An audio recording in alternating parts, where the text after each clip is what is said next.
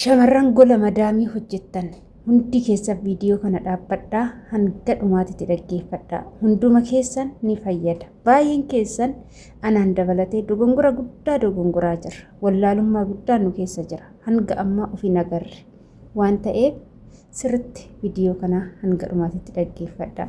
Viidiyoon kun waa lama of keessatti qaba. Innillee hiyyeessi eenyudha, dureessi eenyudha kan jedhu. Mee adda baafannee waan hundumaa haa barru. Egaa shamarran harka fuunee kabajamtootaaf daawwattoota hordoftoota keenya. Nageenyi koo kan jaalalaa fi kabajaa bakkaa fi lafa jirtan siniif haa baay'atu. Anis obboleettiin keessan bakkaa fi lafa jirutti Waaqayyoof galannaa ga'uu nagaa fayyaa kootidha.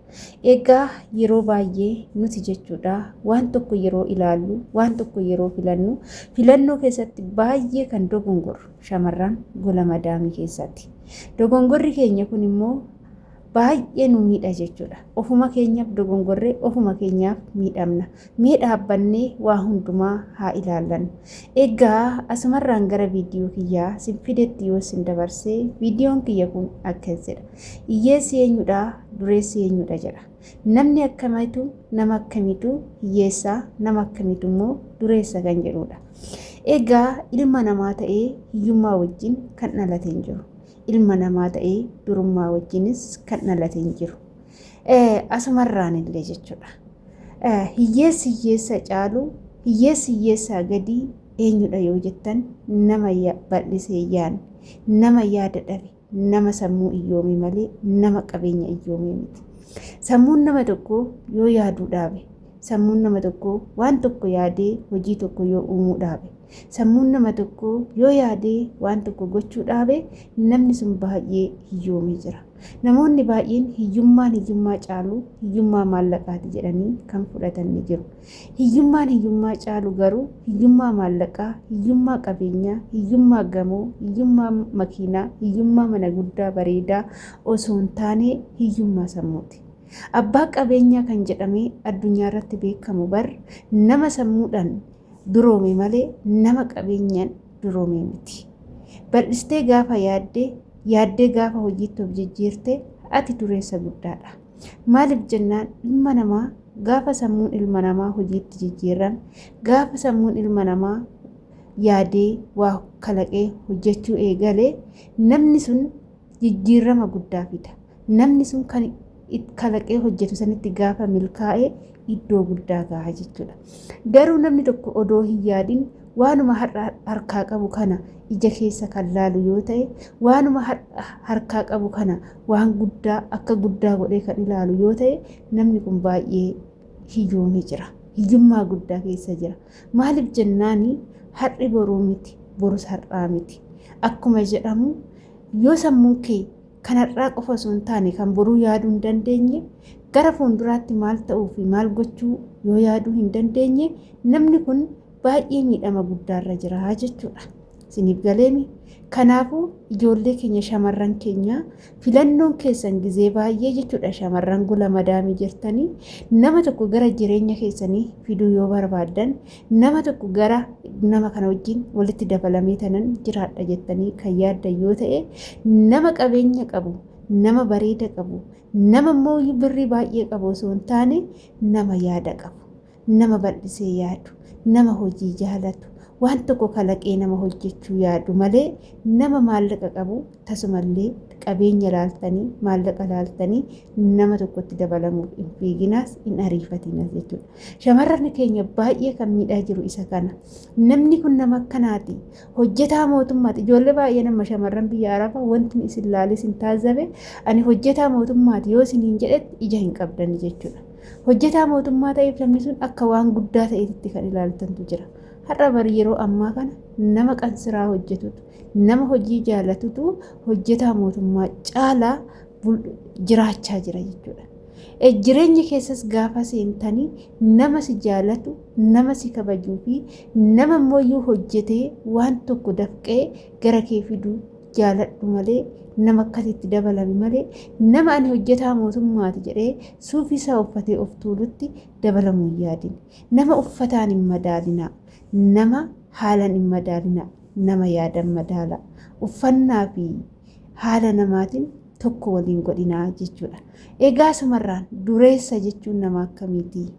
Namni kun dureessa, namni kun qabeenya qaba, namni kun qabaataadha kan jedhamu hoo nama akkamiiti yoon jedhee an akka mataa waleetti yaadni kun siniif ta'a laata kan jedhu naman ofii kiyyaa filadhu jechuudha. Yeroo baay'ee naman hiriyyaa kooti jedheetti dhiyaadhu yeroo baay'ee nama akkamiiti yoo jettan nama maallaqa qabu, nama uffata bareedaa qabu, nama qabeenya guddaa qabu, namni kun dureessa jedhee nama akkasitti dabalamu, nama akkasitti hiriyoomuu hin barbaadu jechuudha. Namni kun nama qabaataadha, nama dureessadha, nama arjaadha kan jedhamu nama yaada bal'aa qabu. Isiniif galee nama yaada bal'aa qabu, nama sammuu guddaa qabu, yeroo hundumaa nama si gorsu, nama karaa sirrii si geggeessu, nama yeroo hundumaayyuu gara hin taanirraa lakki jedheetoo si dhorkutu nama dureessa jechuudha. Irra deebi'ee nama kabajaa namaa qabu. Yeroo hundumaa xiqqaa hanga guddaatti nama kabajaa namaa qabu. Nama akkasumas nama hojii kamuu osoo hin tuffatiin itti bobba'ee hojjetu. Nama uffannaa namaatiin nama hin madaalle. Namummaa namaatiin nama madaalu qofatu nama dureessa jedhama. Namoonni tokko tokko nama akkamitti madaalu uffannaa fi qabeenyaan kan madaalantu jira. Seenaa tokko jira. Namichi tokko baay'ee abbaa qabeenyaati. Qabeenya guddaa qaba. Namichi kun qabeenya guddaa qabu san keessaa baay'ee beekamaadha. Namoota baay'ee jaalatama. Garuu guyyaa tokko namoota isa jaalatan kana, namoota isa kabajan kana haala isaa jijjiirratee madaaluuf yaale. Akkasitti madaale. Guyyaa tokko ollaa isaanii yookaan naannoo isaaniitti cidha guddaa tokko jira. Cidha kanaaf haala kamiinan deemuu qaba jedheetti yaade. Namichi kun haala isaa jijjiire. Fiizikaala isaa guutumaan guututti jijjiire. Uffannaa baay'ee ciccitaa ta'e uffate. Fiizikaala isaatitti fiizikaala isaa akka nama inni isaan naannoo sanii beekan osoo hin taane haala isaan hin beekneen of jijjiiree gaa'ila ollaa isaanii sannaqe. Gaafa dhaqu namichi kun uummanni yaa'ee jira. Sarganyoonni yaa'anii jiru. Wanti hundi dhiyaatee jira. Nyaanni biffeedha. Dhaqe. Yeroo dhaqu kana namicha kana karrumarratti gadi dhooggan. Karrumarra ol seesisuu dhoogganii dukkaana uummanni seenee keessatti nyaatu san ol seesisuu dhoogganii jechuudha. Yeroo kana karrarra teechisan. Karrarra teechisanii nyaata namni nyaateerraa hafe tirraafii namaa kana namicha kanaa kennan. Namichi kun tirraafii isaa kanarraa fuudhee bakka isaan taa'e jedhanis san taa'ee hin tuffannilleedhaan nyaate jechuudha. Xiqqoo turee garuu osoo namni tokko san argin iddoo sanii miliqee deemee nama isaan beekassan ta'ee uffata isaa bareedaa uffatee fiizikaala isaa jijjiiree dhaqe san kan amma namummaa isaa jalqabaatti of deebisee ka'ee dhaqe. Isuma namicha karrarratti gadi ari'an san uummanni dukkaana keessaa guutuun jiru sun ol ka'ee dhaabbatee nooraa jedhanii iddoo filatamaa ta'e teechisan. Akkasumas kennaa nyaata mana san keessa jiru filatamaa kan ta'e keessaa kennameef. Yeroo kana lakkiin barbaadu jedheen. Jaroota jalaa kaansan hundaanis taa'aa jedheen. Ani jedheen. Kan duratti illee kafana ciccitaa san uffadhee as dhufee anuma kana. Har'as anuma kana. Isin nama gaafa namni bareedee deeme, gaafa uffata bareedaa uffatee deemee fi gaafa qabeenya qaba jedhan malee nama hin kabajjan, nama akka namaatitti hin ilaaltan jechuudha jedheen. Gizee kana namoonni achi keessa jiran hundi ni rifatan. Hundaafuu jedheen. Nama tokko hiyyeessa jettanii hin tuffatinaa. Nama tokko dureessa jettanii hin kabajinaa. Nama namummaa isaatiin kabajaa.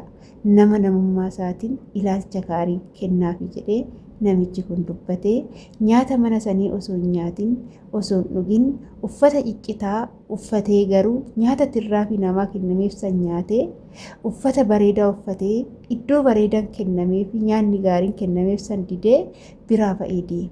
Uummanni muluu rifatanii waan dubbatan wallaalanii hundi isaanii dubbii namicha kanaa ajaa'ibsiifatan.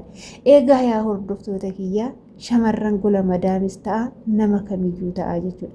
Nama tokko gizee ilaaltan nama tokkotti dabalamtanii kaatanii namni kun hiyyeessa namni kun nama akkasiiti jettanii nama hin tuffatinaa.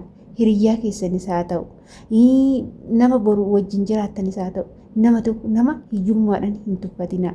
Namni qabeenyaa miti kan iyyoome jedhamu namni yoo sammuu iyyoome jedhame. Kanaafuu kan dhabe argatee kan argate immoo dhabuu danda'a. Kan kennaa waaqayyoodha malee namaa miti jechuudha. Innaa qabeenya caalu fayyaadha. Fayyaa yoo jiraate ilmi namaa waan barbaade hojjetee waan barbaade godhee bakka garaa ofiitis gahuu waan yaades godhachuu ni danda'a jechuudha. Gola madaamii gaafa hojjennutti waanuma duroomnee fi waanuma qabeenya guddaa godhannee isinitti hin fakkaatina. Gaafa asii galle bar iyyeettiin akka shamarran gola madaamii hin jirtu jechuudha. Sababiin isaa bal'isnee yaaduu hin beeknu sammuu keenya kallattii tokkoon malee kallattii garagaraatitti jijjiirree akka hojjennu sammuu keenya ajajnu jechuudha. Sammuun keenya kan ajajamu kallattuma gola madaamii kana. Asiillee yoo galle sammuu keenya gara hojiitti jijjiiruu waan tokko kalaqnee hojjechuu sammuu keenya ajajnu. Kallattuma tokkoon gola madaamitti deebi'uuf kan nuti yaallu jechuudha. Kanaafuu sammuun keenya akka kallattii garagaraatiin yaadee waan tokko kalaqee hojjetu taasisuu qabnaa jechuudha. Baay'ee hiyyummaatti kan nu gataa jiru namaa gadi kan nu gochaa jiru maalidha? Sammuu keenya kallattii takkaan oofaa jirru kana. Kallattii takkaan gaafa deemnu miidhamtoota taana malee fayyadamtoota ta'uu hin dandeenyu jechuudha. Hordoftoota kiyyaa egaa kana fakkaata.